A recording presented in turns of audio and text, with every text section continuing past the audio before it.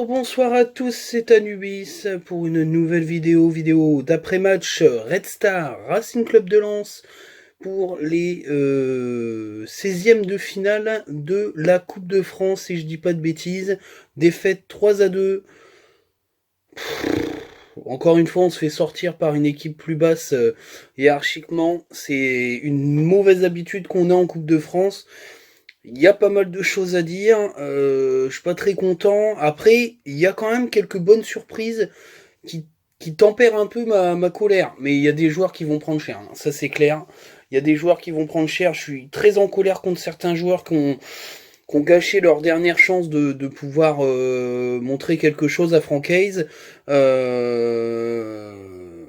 Et ça me dégoûte un petit peu parce qu'au final, le groupe vit bien, mais il y a des éléments qui sont complètement qui sont pas au niveau de l'équipe cette saison et l'objectif l'année prochaine sera de faire un mercato de renouvellement de ces éléments-là qui ont pas le niveau pour jouer à Lens. Donc on en reparlera un petit peu après. On va commencer par la composition de départ avec le petit Farines dans les buts. J'étais très content de le revoir titulaire.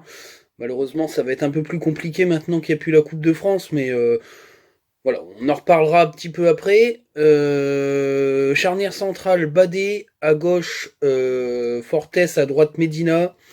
Michelin et Bourra sur les côtés. Au milieu de terrain, Fofana, Doucouré. Et la surprise, David Pereira d'Acosta en numéro 10. Alors j'ai pas compris. J'étais un peu surpris parce que c'était Tony Mauricio qui était en conférence de presse. Je me suis dit qu'il allait être titulaire, mais est-ce que il n'y a pas eu quelque chose, ou alors le gamin a montré tellement au dernier entraînement que Francaise a dit allez, je te lance. Voilà. Mais c'est pas très bon signe pour Tony Mauricio que ça soit Pereira da Costa qui soit titulaire, hein, mais bon.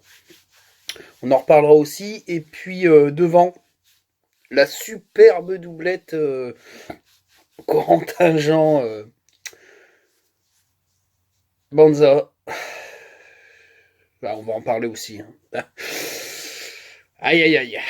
Aïe aïe aïe aïe aïe aïe aïe aïe aïe aïe aïe. Il y a des choses à dire. Hop, hop, hop, hop, hop. On va commencer par les notes. J'ai mis la note de 7 à Wilker Farinez. Il a fait un bon match. J'aurais mis 8 si il n'avait pas fait son dégagement du point. Mais franchement, c'est un gardien de très haut niveau. Pour moi, il est jeune, mais il a vraiment du talent. Il nous sort d'une première mi-temps où on peut en prendre 3 parce que Benjamin Gamel, et j'y reviendrai aussi, le petit jeune formé à Lens qui est parti au Red Star, qui n'a pas été conservé, fait une première mi-temps de folie. Il a été très bon tout le match qu'il a joué.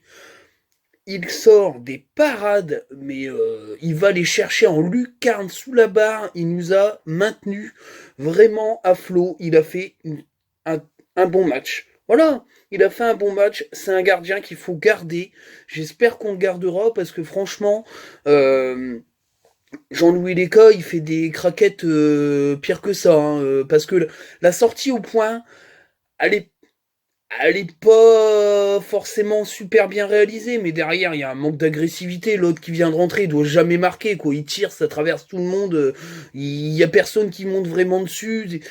Voilà, il est pas forcément hyper fautif parce que la fébrilité de la défense, la passivité de la défense fait que franchement, il y peut pas grand chose et les deux autres buts, il peut rien parce que le premier but, c'est de la faute à Badé qui fait n'importe quoi. Le troisième, le but de la victoire, c'est la faute à Badé qui fait n'importe quoi. Vous sentez la note qui va arriver pour Badé. Et du coup, bah voilà, il peut pas grand chose sur les buts. Alors ce qui est bien, c'est que il prend des buts qui sont difficiles à. Il peut pas faire grand chose dessus, mais sur des frappes où il y a beaucoup plus de chances de prendre un but, il a été très bon. Il a sorti 2 frappes sous la barre. Il fait une parade magnifique sur la frappe de Gomel. Il a été vraiment présent. Moi, je trouve que c'est un excellent gardien. D'ailleurs, sur le but du 2-1, c'est lui qui initie le jeu au pied. Franchement, on disait de son jeu au pied que c'était pas terrible. J'ai trouvé qu'il était plutôt bon. Même les dégagements au pied étaient plutôt précis. Il a fait aucun dégagement en touche, alors que des fois les cas, ça y arrive. Et voilà, pour moi, il est jeune, alors que les cas, il est sur une fin de carrière. Faut garder ce gardien-là. Voilà, moi je donne mon avis. Je suis déçu parce qu'il va pas beaucoup jouer la fin de la saison. J'espère qu'ils vont bien gérer. Mais quand je vois sur Twitter dire on va pas les mettre 2,5 millions sur un gardien comme ça, bah tu vas mettre combien sur un gardien? Là, il faut recruter deux gardiens. Parce que logiquement, Jean-Louis Léca prolonge d'un an parce qu'il aime bien le club, mais pour moi c'est plus le titulaire. Wilker Farinez avec une saison une première saison de découverte, moi je le lance numéro un. Je ne suis pas inquiet parce que sur des grosses frappes il a été très bon. Donc voilà, moi je dis 7 sur 10, bon match de la part de Farinez, une belle surprise et il faut le revoir, il faut le revoir. Loïc Badet, très mauvais match. 2. Il a été d'une nonchalance extrêmement désagréable. Il m'a énervé tout le match. Il a complètement déjoué, il a surjoué. D'ailleurs, c'est ça en fait le truc, c'est qu'il a pas déjoué, il a surjoué du Badé avec des contrôles, des trucs techniques. Il est fautif sur les deux buts du Red Star. Le premier où il se fait griller, il manque de promptitude, il manque d'agressivité. Sur le dernier but, il se fait passer comme un poussin. Il doit jamais passer, il doit faire faute, il doit le bousculer, il doit pas le laisser passer, il doit faire faute. Il doit faire faute. On est à la fin du match, il doit pas s'amuser à... Enfin bref. Très mauvais match. 2 sur 10, c'est la pire prestation de Badé depuis le début de la saison. Et dans cette prestation très mauvaise, il y a tous les défauts de Badé, mais là c'était x 1000, et ben ça fait de lui un joueur très mauvais. Voilà. Et il va falloir qu'il gomme ça, il est encore jeune, il a eu beaucoup de louanges. C'est un match un petit peu de décompression de toutes les louanges. D'ailleurs, c'est le jour même où il y a la une superbe de l'équipe. Je pense que c'est un match de décompression où les mecs, ils ont le bourrichon là-haut et je pense que certains, ça va leur faire du bien d'avoir passé la trappe en Coupe de France parce que Badé, il m'a saoulé tout le match. Franchement, j'étais vraiment attristé de sa prestation. Je mets la note de 5 sur 10 à Fortes. C'est un match moyen. Je l'ai pas trouvé nul, mais en tout cas, il était meilleur que Badé. Après, je vais pas mettre insuffisant parce que je trouve qu'il a fait très peu d'erreurs. Après, les relances, c'est pas ça, mais bon, c'est très bien qu'en jouant à gauche, il est pas bon. Donc voilà, je vais pas mettre une mauvaise note à, à Fortes parce qu'il joue à gauche et que c'est pas son poste et que voilà, c'est soit il joue en charnière centrale, ce qui veut dire aussi que pour que le mercato prochain, bah, il va falloir un milieu défensif, il va falloir un défenseur central gauche obligatoirement pour pouvoir ne pas mettre Aïdara ou Fortes à gauche. Il faut le milieu de terrain, voilà, y a pas, voilà, il faut un gars à gauche. À moins que je dise une bêtise que non, il joue à droite. Non, non, il joue à gauche. Non, il joue à gauche. Il joue à gauche. Et pas bon. Pas bon. Pas bon à gauche, c'est pas son poste. Mais je suis en train de peut-être dire des bêtises. Enfin bref, peu importe. Il jouait sur un côté de la charnière centrale et il est pas bon sur un côté de la charnière centrale. Après, il a fait un match moyen. Voilà, il a pas été. Il a fait quelques trucs un peu bizarres, mais ça restait quand même assez solide. Il a sauvé quelques coups. Voilà. Mais ça mérite pas plus que 5. Medina, eh ben, je mets la note de 7. Ça a été le meilleur des trois. Il a fait un bon match.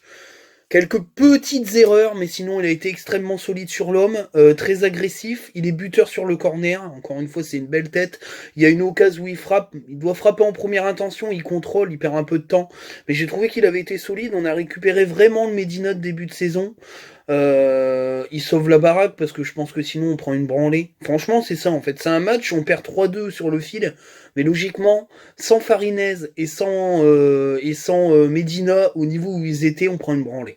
On prend une branlée, c'est clair. Clair, net et précis. Ça a été les deux meilleurs joueurs de l'équipe. Après le reste, ça n'a pas été terrible. Hein.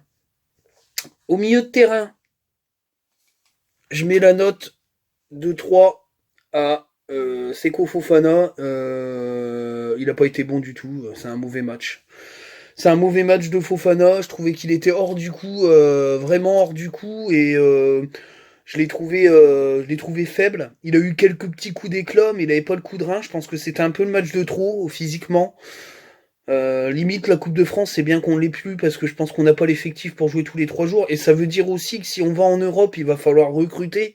Donc il va falloir mettre du pognon. Ça passera peut-être aussi par des ventes, hein. Je pense que si on va en Europe, il va falloir vendre et vendre bien pour pouvoir recruter bien. Parce que sinon, ça va être compliqué. Ça va être très très compliqué. Il n'y a pas grand chose à dire de plus parce qu'il a pas fait grand chose de plus, quoi. Mais la note de 5 à Doucouré, match moyen, il marque un très joli but. Après, s'il avait pas marqué le but, j'aurais mis 4, parce que je l'ai trouvé un peu meilleur en deuxième mi-temps, où il a commencé à un petit peu se projeter, à prendre un petit peu plus de risques. Il marque un très joli but sur une passe décisive de Corentin Jean, mais en tout cas il était au diapason de l'équipe, c'est-à-dire qu'il était en dessous de son rendement classique, donc bah, on peut pas faire grand chose quand c'est comme ça. En tout cas, voilà, il a été moins mauvais que Seko Fofana, et il a un point de plus pour son but qui est magnifique. Encore une fois, c'est une arme, hein. Il va falloir qu'il continue à frapper comme ça parce qu'il est capable d'en mettre des mines à l'extérieur de la surface, donc il faut qu'il utilise ça.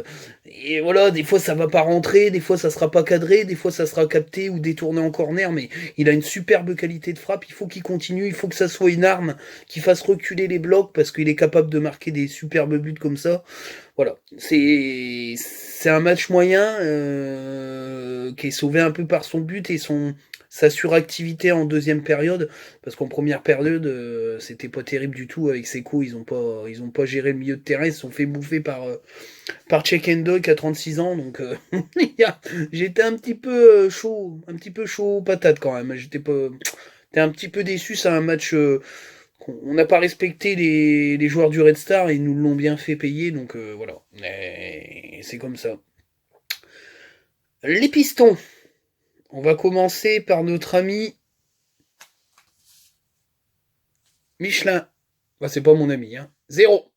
Match cataclysmique d'une nullité sans nom. C'est le premier 0 de la saison, mais il a été nul à chier. Il a rien fait. Il a fait 2 débordements. Il s'est fait prendre sur tous les ballons défensifs. Il a été nul à chier. Il est temps qu'il s'en aille parce que ce mec-là, pour moi, il est plus du tout dans dans le projet Lensois. Je pense qu'il est plus là, sa tête est plus là. Après, il a fait 2 bonnes rentrées, il vous fait 2 passes décisives, mais c'est pas suffisant. Et ça mérite un 0 parce qu'il a été nul, normalement titulaire dans ce match-là. Limite, il avait pas envie d'être titulaire pour jouer le Red Star, quoi. C'est pas à son niveau, c'est honteux de me foutre titulaire. Franchement, c'est un match de merde. Et c'est honteux. Et il a perdu tout le crédit qu'il pouvait avoir. C'est parce qu'il n'y a pas de jeune à droite. Mais franchement, Cheikh Traoré, il aurait mérité d'être titulaire, hein. Et je pense que Michelin, il a intérêt de faire très attention parce que. Après, j'ai trouvé à chaud, Franquet, je l'ai trouvé un peu distant. Je me dis que le match de Coupe de France était peut-être plus la priorité, mais il y a des choses, quand il va revoir le match de Michelin, c'est une honte. C'est une honte. C'est 0, c'est honteux. C'est un match cataclysmique. J'ai mis la note de. Où qu'il est? Ah, qu'il est mon coquin. Voilà. J'ai mis la note de 6 à Bourra. C'est un match correct de sa part. Ça a démarré très timidement. Je me suis dit, il va faire le même match de merde que Michelin. Et puis, au fur et à mesure, il a commencé à être de plus en plus percutant, de prendre un peu plus ses marques. Il offre un but à Medina, passe décisive. Le corner est super bien tiré. Et après, il a été beaucoup plus offensif. Il fait un match correct. Franchement, je vais pas dire qu'il a fait un mauvais match. Il a été des fois pris, mais j'ai trouvé qu'il avait monté en puissance. Et peut-être le fait qu'il joue moins, ça l'a cassé un peu dans sa dynamique, mais c'est un peu compliqué. Peut-être qu'à l'entraînement, il montre moins de bonnes choses, mais en tout cas, c'était intéressant à revoir. En tout cas, de toute façon, Isiaga Silla n'était même pas là. Donc je pense que Francaise a fait ses choix. Je pense que derrière Massadio Aïdara, ça sera sûrement le petit Bourra et Cheikh Traoré, puisque Cheikh Traoré était présent et pas Isiaga Silla. puisque c'était marqué choix du coach. Donc, et puis il a dit qu'en conférence de presse, Isiaga Silla était disponible. Bah, il l'a pas pris, donc je pense que Isiaga Silla va retourner tranquillement à Toulouse, et on verra un petit peu plus Bourra en cette fin, enfin, sur les 10 derniers matchs. Voilà. Mais voilà, ça mérite. C'est un des jeux. Ça fait partie avec Medina Farinez des joueurs qui ont plutôt été au-dessus du lot. Le lot est fort bas, mais voilà. Et il fait un match correct. Il fait un match correct. La surprise, franchement, j'ai kiffé. J'ai kiffé. Je mets 7 au petit Pereira d'Acosta qui a fait un bon match. Franchement, j'ai eu l'impression, alors attention, toute proportion gardée, de revoir un Kakuta sur le terrain. Technique, capable de faire des petites passes sympas, des petits machins, des belles orientations, d'oser des choses. Franchement, il y a une occasion de but où il dribble le gardien, mais après il perd un peu l'équilibre. C'est dommage parce que il perd pas. Soit il se fait toucher par le gardien à la penalty, soit il arrive à garder son équilibre, peut-être à recontrôler le ballon et à enrouler. En tout cas, il a fait un bon match. J'ai envie de le revoir, ce gamin. Ça a été une petite, un petit vent de fraîcheur qui me dit que on va le revoir très rapidement parce que l'histoire avec Mauricio, c'est pour ça que je voulais y revenir. Mauricio est en conférence de presse. Je me suis dit, il est titulaire à 100% et il n'est pas titulaire. Soit il s'est passé quelque chose, mais je ne pense pas parce qu'il est rentré. Donc je me dis que le petit a tellement surperformé au dernier entraînement que Tony Mauricio, il s'est fait griller la place et il a eu raison, Francaise, parce que le gamin, il a apporté quelque chose. Pour moi, ça peut être une façon pour Francaise de faire souffler un peu plus Gaël Kakuta pour l'avoir à 100%. Pour moi, le gamin doit être titulaire en Ligue 1. Si Kakuta n'est pas là. Il a fait un match vraiment intéressant. C'est une surprise.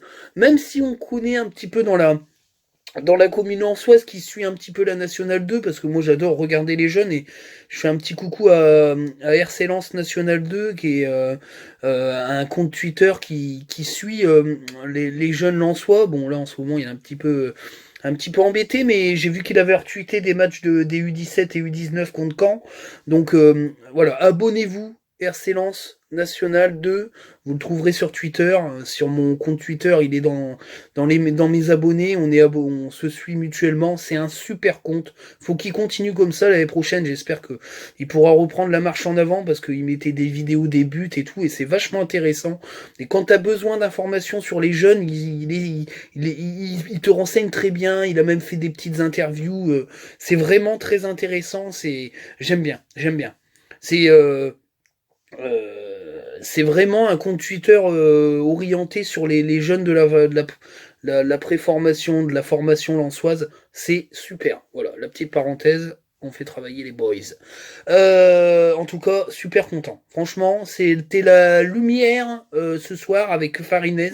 Parce que moi, il m'a impressionné, Farinez. Hein. Moi, les mecs qui vont me dire qu'il faut pas mettre 2,5 millions ou 3 millions dessus, ils ont pas vu son match. C'est pas possible. Il nous sauve de la Bérésina. Normalement, on doit prendre une branlée. On doit rentrer à la première mi-temps 3-0. C'est clair et c'est net. Et Pereira da Costa, c'était le seul qui surnageait et qui a mis la misère à l'équipe. Parce qu'au milieu de terrain, on était dépassé en première mi-temps et c'est lui qui a apporté la lumière et qui a apporté les ballons offensifs qui ont été, enfin bref, on va y venir après. Les ballons offensifs qui n'ont pas servi à grand chose. On va y venir. On va y venir. Voilà. Mais en tout cas, super surprise. J'ai envie de le revoir, le gamin. J'ai envie de le revoir. Et je me dis, ben après, on va y revenir. On va tout de suite mettre la note à Corentin Jean. Je mets la note de 5. S'il fait pas la passe décisive pour Doucouré, je mets la note de 4.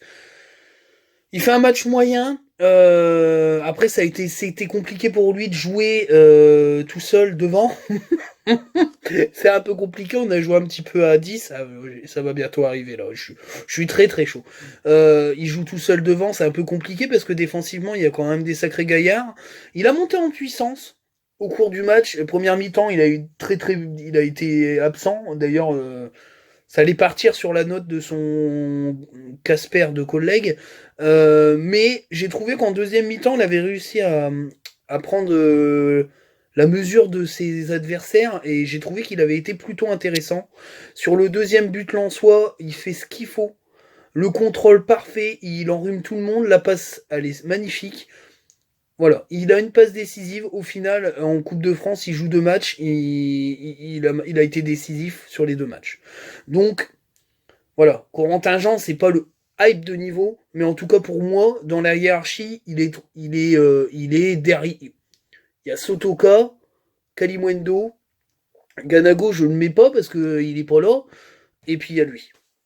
Parce qu'en fait, il n'y a plus que 3 attaquants, parce que Ganago est blessé. Parce que sur le terrain, il y avait un autre joueur qui jouait en attaque, et il s'appelait Simon Banza, 0. Match cataclysmique, mais ça m'énerve. Ça m'énerve, ça m'énerve. Ça m'énerve. Je ne comprends pas pourquoi il n'y a pas Kalimwendo sur le terrain, alors que Banza, on sait pertinemment que titulaire, il ne sait pas jouer au football. C'est qu'un mec qui rentre et qui est capable de faire des éclats sur 15 minutes, et puis après, c'est tout. Moi, j'en ai marre. Alors, en plus, on va parler des remplaçants, mais on a déjà dit que Sotoka Banza, c'était dégueulasse à avoir joué. Banza, il a été nul à chier. Normalement, c'est mort, là. C'est fini, Simon Banza. C'est Kalimwendo. Ou alors, prends un attaquant de la Nationale 2, mais t'es fini, quoi. Nul. La bulle. 2 bulles ce soir. Et 2 joueurs que j'ai envie de voir partir du club, c'est Banza et Michelin. Voilà. Après, Banza, il a largement le niveau Ligue 2, mais il a pas le niveau Ligue 1. Après, c'est pas grave, hein, il y a des joueurs qui n'ont pas ce niveau-là. Mais même, il marque des buts en Ligue 1 parce que c'est un buteur. Il a le sens du but, c'est vrai. Mais il n'a pas le niveau Ligue 1 techniquement. Voilà. Là, il joue contre une N3, il a été fantomatique. Et d'ailleurs, à un moment donné, il met un carton à un joueur, je me suis dit, oh, il va prendre un rouge en plus, ce con. C'est 0. Voilà. Moi, je ne veux plus le voir sur le terrain. Enfin, je veux plus le voir titulaire. Je veux qu'il rentre parce qu'il est capable de marquer sur des coups francs. Il a la bonne vision sur les ballons, etc. Sur un coup d'éclat, il est capable de faire une belle passe en retrait. Mais pour moi, il est trop limité pour la Ligue 1 et il est trop limité pour Lens. Voilà. Après, il rend des services, mais pas en tant que titulaire. En tout cas, c'était 0 ce soir. Voilà.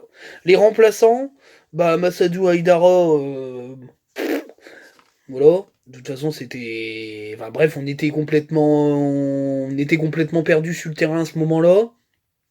Tony Mauricio, il s'est fait sécher une fois, mais sinon, il a rien fait.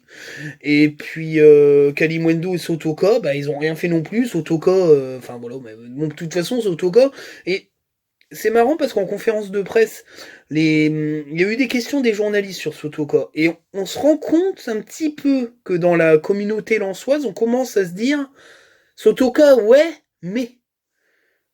Et avant, on était Sotoka, what the... Sotoka, c'est un bon joueur, c'est clair. Mais il est vraiment dans la faiblesse, pour moi. Parce qu'il n'est pas capable de performer plus haut qu'il l'est. Voilà. Il a monté en gamme, il s'est mis au niveau de la Ligue 1, mais il y a des manques qui font que pour moi, c'est pas un buteur et qu'il doit jouer plus bas que de. Il doit jouer plus bas que le buteur. Parce qu'il est pas bon devant les buts. Voilà. C'est tout. Il est pas bon devant les buts. C'est mon avis personnel, il est pas bon devant les buts. Voilà. Il met des beaux buts, de temps en temps, il a des éclairs de génie où il fait des frappes, mais je trouve qu'il est pas assez performant. Bon, là, il est rentré, il a rien fait, mais comme toute l'équipe, de toute façon. Comme toute l'équipe. Voilà. Mais le résumé du match, il est clair, hein. La vidéo est un peu plus longue parce qu'il y avait pas mal de choses à dire. Le premier mi-temps, on n'est pas là. De toute façon, c'est pas compliqué. On est bouffé sur tous les étages. Gomel fait le match de sa vie. En tout cas, de toute façon, il était déjà très bon. Benjamin Gomel était déjà très bon à la formation. Il n'a pas été retenu. Après, des joueurs pas retenus qui performent, il y en a plein hein, partout. Hein. En tout cas, voilà. On est bouffé. Au milieu de terrain, on est battu par Chekendoy qui s'est rappelé qu'un jour il a été un joueur très fort. On se fait bouffer par Gomel. Voilà, badé aux fraises sur toutes les interventions. Voilà. Y a que Medina qui arrive à gérer le truc. Et on prend un but, pour moi, qui est logique. Parce que c'est, en la logique, on est tellement dominé par le Red Star qu'on est obligé de le prendre ce but. Moi, je connaissais le résultat puisque j'ai vu le match en différé et en fait, je pensais pas que j'allais le voir, donc je suis allé voir les trucs je suis allé voir les résultats sur le live text et voilà. Je savais qu'on allait perdre ce match, mais quand j'ai revu la première mi-temps, il y a rien à dire quoi. C'est Farinez, il nous sauve de la débandade.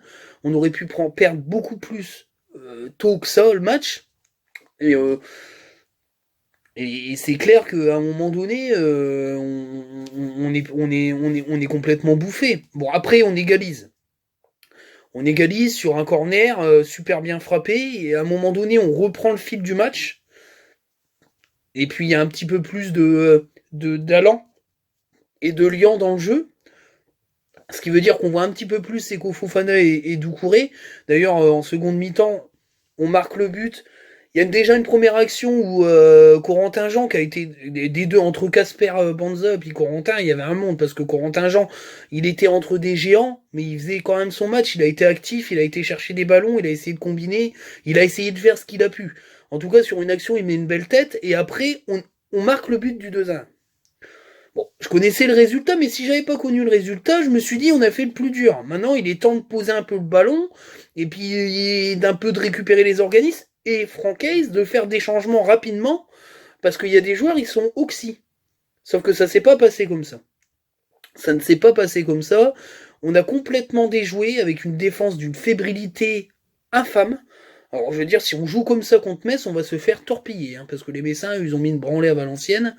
On a intérêt d'être beaucoup plus costaud que ça. Alors après, il n'y avait pas Joe Gradit, hein, mais c'est pas Joe Gradit qui fait toute la défense. Moi, ce que j'en pense personnellement, c'est que Loïc Badé, il va falloir qu'il se réveille un peu, parce qu'il n'a pas été bon, et qu'il faut qu'il soit bon contre Metz, hein. Parce que sinon, on va perdre beaucoup plus qu'un huitième un 16e de finale de Coupe de France. Après, si on va pas en Europe, on n'y peut rien. C'est comme ça, c'est qu'on n'avait pas le niveau. Mais on est quand même bien placé. Il faut pas s'écrouler comme des brins. Parce que ça va foutre en l'air la fin de saison.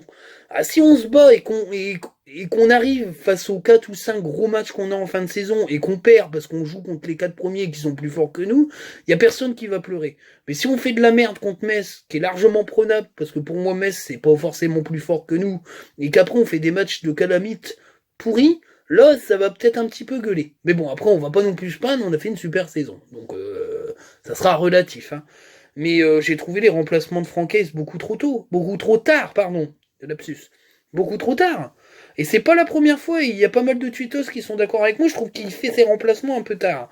Mais c'est peut-être aussi, et ça c'est mon avis personnel, le signe que sur le banc, c'est pas forcément au niveau tout le temps de l'équipe type titulaire. Et c'est pour ça que je me dis, bon, il parle d'entrant, mais je pense que la qualité du banc fait que il n'est pas forcément enclin à changer beaucoup de choses trop tôt, parce qu'il peut-être anticipe que le niveau va baisser et que, par exemple, un avantage de 1-0 pourrait être beaucoup moins facile à garder avec ceux qui vont rentrer. Sauf que maintenant que Pereira da Costa a enfin ouvert ses ailes, je suis pas persuadé qu'il va faire des changements plus tard parce qu'il est capable de faire rentrer Pereira da Costa à la place de Kakuta et qu'on perde pas trop au change parce que je trouve que le gamin il a du talent. C'est mon avis personnel. Et je pense que Sotoka Kalimundo, c'est la seule attaque qui vaille à Lens. Parce que si c'est pour faire du Banza et qu'on marque pas un but et qu'on prenne un pion à la 75e par Metz, parce que Banza, il a pas touché une pile pendant 70 minutes, ça va me saouler. Bref. Mais en tout cas, voilà, on est tellement fébrile, on se fait égaliser sur une sorte. La sortie de Farinez, elle est pas tip top, mais derrière, il y a personne pour venir l'aider non plus. Il a été complètement abandonné. Et puis le dernier but, c'est pour bader à 100%. Après, il peut rien faire, hein. La passe, elle est superbe. Puis il peut rien faire, hein. C'est pas sur passe en retrait. Il peut rien faire, Farinez. Il est pris à contre-pied, c'est terminé. En tout cas, voilà. Et je mets la note, du coup, je mets la note de 4 à Francaise, que j'ai trouvé insuffisant dans son coaching. Parce qu'au final, il met Banza, donc ça mérite pas plus de 4. Parce que normalement, ça aurait dû être Kalimundo et Jean, ou alors prendre un jeune de la N2, mais il faut plus faire confiance à Banza. Alors après, Kalimundo était blessé au dos, mais bon, s'il est rentré, c'est qu'il était capable de jouer. Voilà. Donc, c'est une grosse alerte, cette défaite, parce que je pense qu'il y a des joueurs qui vont devoir peut-être voir un petit peu plus leurs choses dans leur tête, remettre les choses dans leur tête. Et puis cap sur Metz, qui va être un match très difficile. Ça sent la baston à plein nez parce que les Messins, c'est une équipe de racailles. Faut dire ce qui est. Oukidja, il va prendre une paire de matchs là, mais ça va être très très tendu et je pense que les Messins vont chercher à foutre le bordel. à faire sauter Cahuzac ou à faire sauter Medina en le provoquant, parce que je pense qu'ils ont pas les armes pour ils ont pas les armes pour jouer la 5e ou la 6e place, mais ils vont tout faire pour le faire. Voilà. Mais après, il y a la Coupe de France, donc ils se disent peut-être qu'un parcours exceptionnel en Coupe de France les emmènera en Europe. Et l'avantage, c'est que tous nos concurrents, ils sont encore qualifiés en Coupe de France, donc ils auront tous des matchs tous les 3 jours. Donc on a peut-être cet avantage-là. Je pense qu'il faut compter sur les prochains matchs pour essayer de mettre le plus de distance possible face à nos adversaires directs, surtout que Marseille et Rennes vont s'affronter et que du coup c'est soit ils prennent qu'un point chacun, soit il y en a un qui va encore prendre qui va faire rester à 0, qui prendra 0 point. Donc voilà, il y a des choses importantes à faire, mais il faut montrer autre chose que ça. C'est clair et net, il faut montrer autre chose que ça. Donc voilà pour cette vidéo. Je vous dis tous bonne soirée. Surtout on s'abonne. Parce que là, j'ai 29 abonnés, mais j'aimerais bien en avoir plus, puisque on dépasse les 100 vues par vidéo, ça me fait super plaisir. J'ai beaucoup de retours extrêmement positifs sur mon travail, ça me fait vraiment du bien, parce que j'aime beaucoup ce que je fais. Après, ça reste du plaisir, il n'y a aucun... Enfin, voilà, c'est du plaisir. Je sais même pas, enfin, je monétise pas les vidéos, je m'en fous complètement. Mais j'ai envie que ça prenne un peu d'ampleur parce que j'ai envie que ça discute de plus, j'ai envie que ça débat plus sur Twitter, même si on le fait déjà sans les vidéos. Mais en tout cas, voilà. J'aimerais bien que ça s'abonne à hauteur des vues. Ça serait bien. Allez, bonne soirée. À très bientôt pour une nouvelle vidéo. Bye bye.